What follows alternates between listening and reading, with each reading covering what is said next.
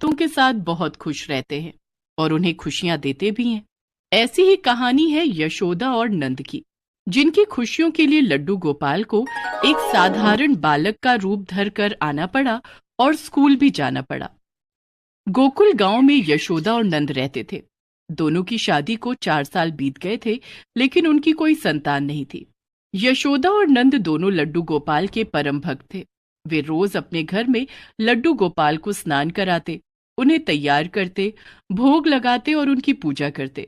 नंद गांव के मुखिया जी के खेतों में काम करता था। नंद के काम पर जाने के बाद यशोदा का सारा समय लड्डू गोपाल के साथ बीतता।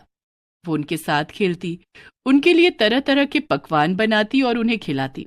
खाओ खाओ ना मेरे लड्डू गोपाल, आज मैंने आपके लिए खीर पूरी बनाई है। आपको खीर पसंद है ना? लो खा लो।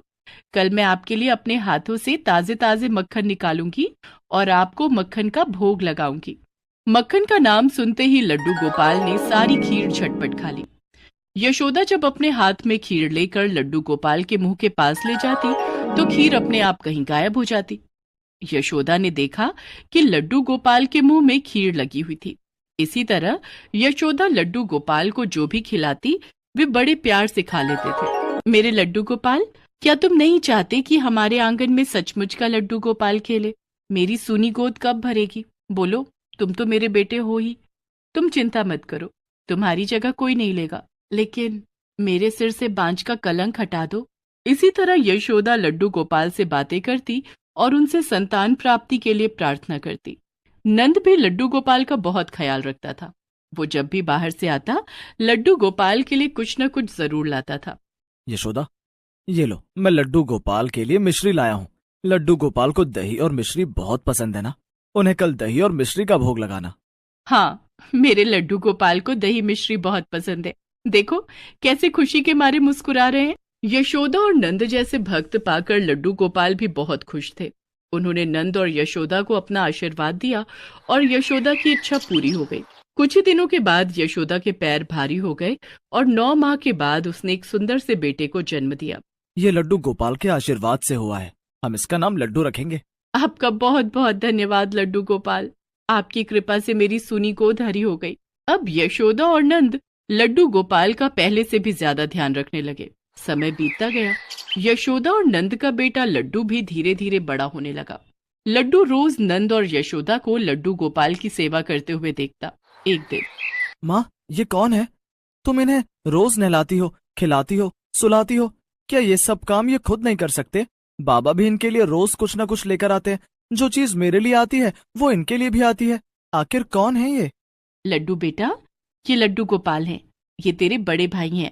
जैसे मैं तेरे लिए सब कुछ करती हूँ, वैसे ही तेरे भाई के लिए भी सब कुछ करती हूँ। अच्छा, फिर तो मैं इनके साथ खेल सकता हूँ ना? हाँ, तू इनके साथ खेल सकता है। लड्डू बहुत खुश था कि उसे उसके साथ खेलने के लिए एक भाई मिल गया है। अब लड्डू रोज लड्डू गोपाल के साथ खेलता, उन्हें अपने साथ खाना खिलाता और उन्हें अपने साथ सुलाता था। लड्डू का प्रेम देखकर लड्डू गोपाल भी बहुत खुश थे। उन्हें भी लड्डू का साथ अच्छा लगने लगा था। धीरे धीरे लड्डू बड़ा हो रहा था। एक दिन, लड्डू के बाबा, हमारा लड्डू 4 साल का हो गया है, अब इसका एडमिशन स्कूल में करवा दो। ठीक है यशोदा, गांव के सरकारी स्कूल में कल ही लड्डू का एडमिशन करवा दूंगा।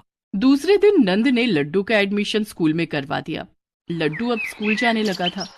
स्कूल जाने से पहले उसने अपने स्कूल बैग में लड्डू गोपाल को रख लिया। लड्डू बेटे, लड्डू गोपाल को यहीं रहने दो। माँ, मैं लड्डू गोपाल के बिना कैसे रहूंगा? वहाँ मेरा मन नहीं लगेगा। लड्डू बेटे, शाम को जब घर आओगे तब लड्डू गोपाल के साथ खूब खेलना, लेकिन अभी स्कूल में पढ़ाई करनी है ना। लेकिन माँ, तुमने कहा था कि लड्डू गोपाल मेरे बड़े भाई हैं। अगर मैं स्कूल जा सकता हूँ तो लड्डू गोपाल क्यों नहीं? क्योंकि लड्डू गोपाल को स्कूल जाने की कोई जरूरत नहीं है। वे बहुत ज्ञानी और विद्वान हैं। यशोदा ने लड्डू को समझाकर स्कूल तो भेज दिया, लेकिन लड्डू का पढ़ाई में मन ही नहीं लगता था। वो स्कूल में बैठकर सिर्फ लड्डू गोपाल को याद किया करता था।